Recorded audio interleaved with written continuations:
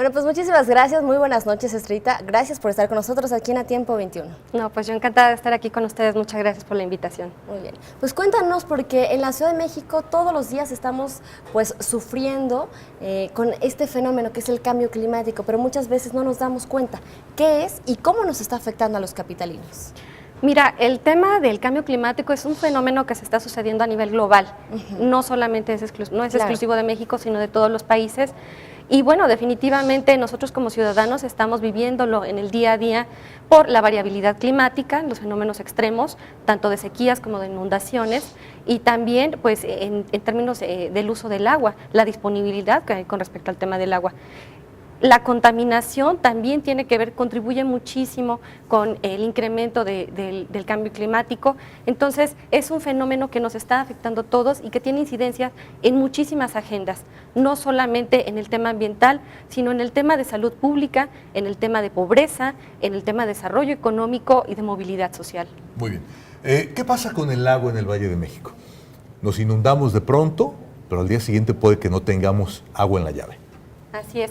Pues mira, aquí suceden dos fenómenos. Uno, que el Valle de México está asentado en una cuenca. Ustedes deben de recordar que en la época antigua, pues todo esto era un gran lago, la gran Tenochtitlán, y pues con el crecimiento de la ciudad se ha venido secando el basamento.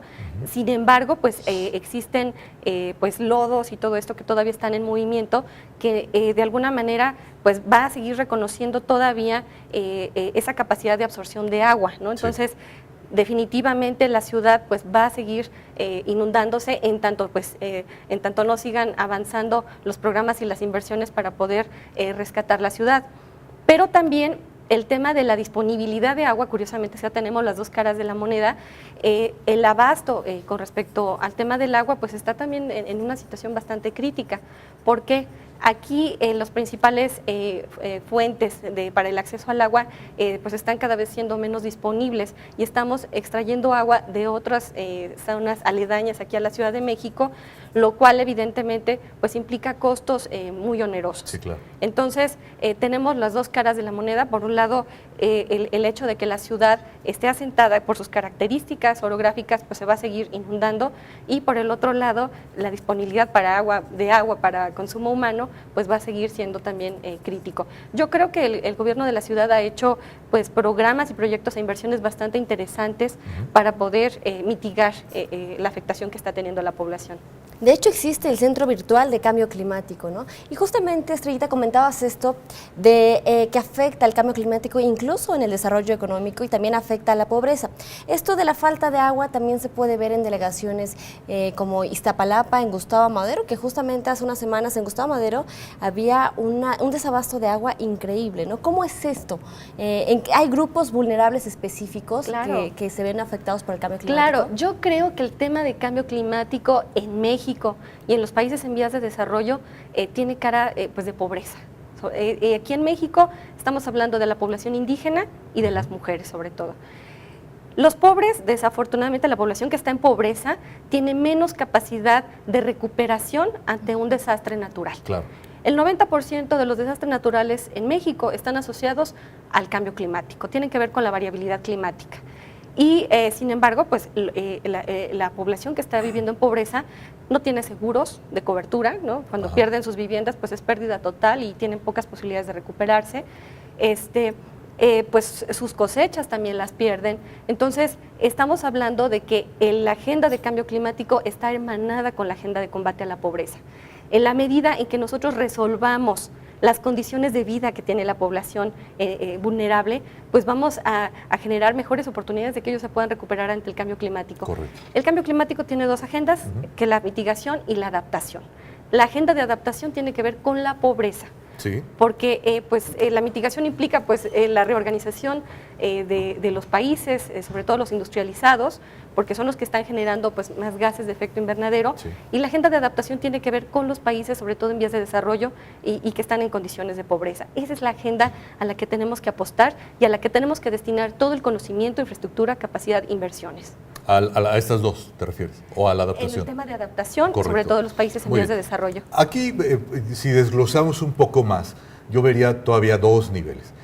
qué puede hacerse a nivel gubernamental y qué puede hacerse a nivel pues, familiar o personal, ¿no?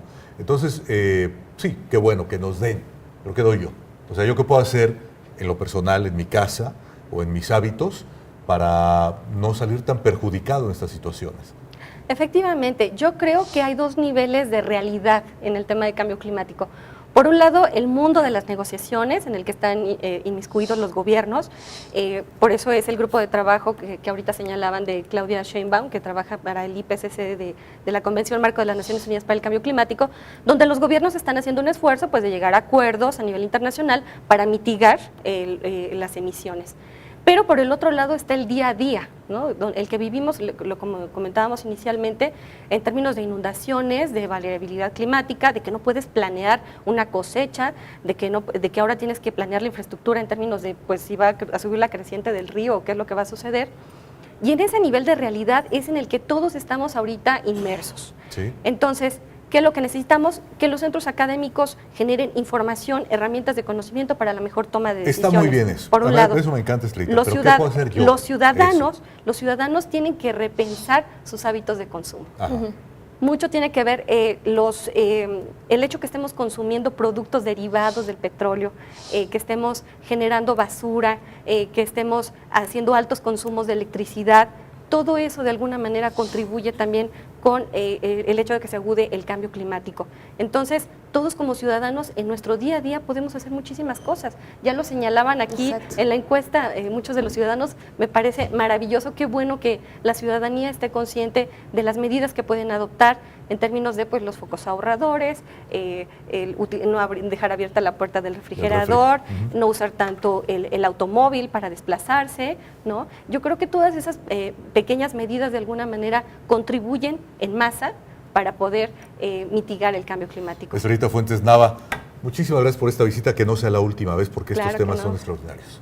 Yo encantada de venir con ustedes. Gracias. Gracias, Muchas Estrella. gracias. A ti. Bueno,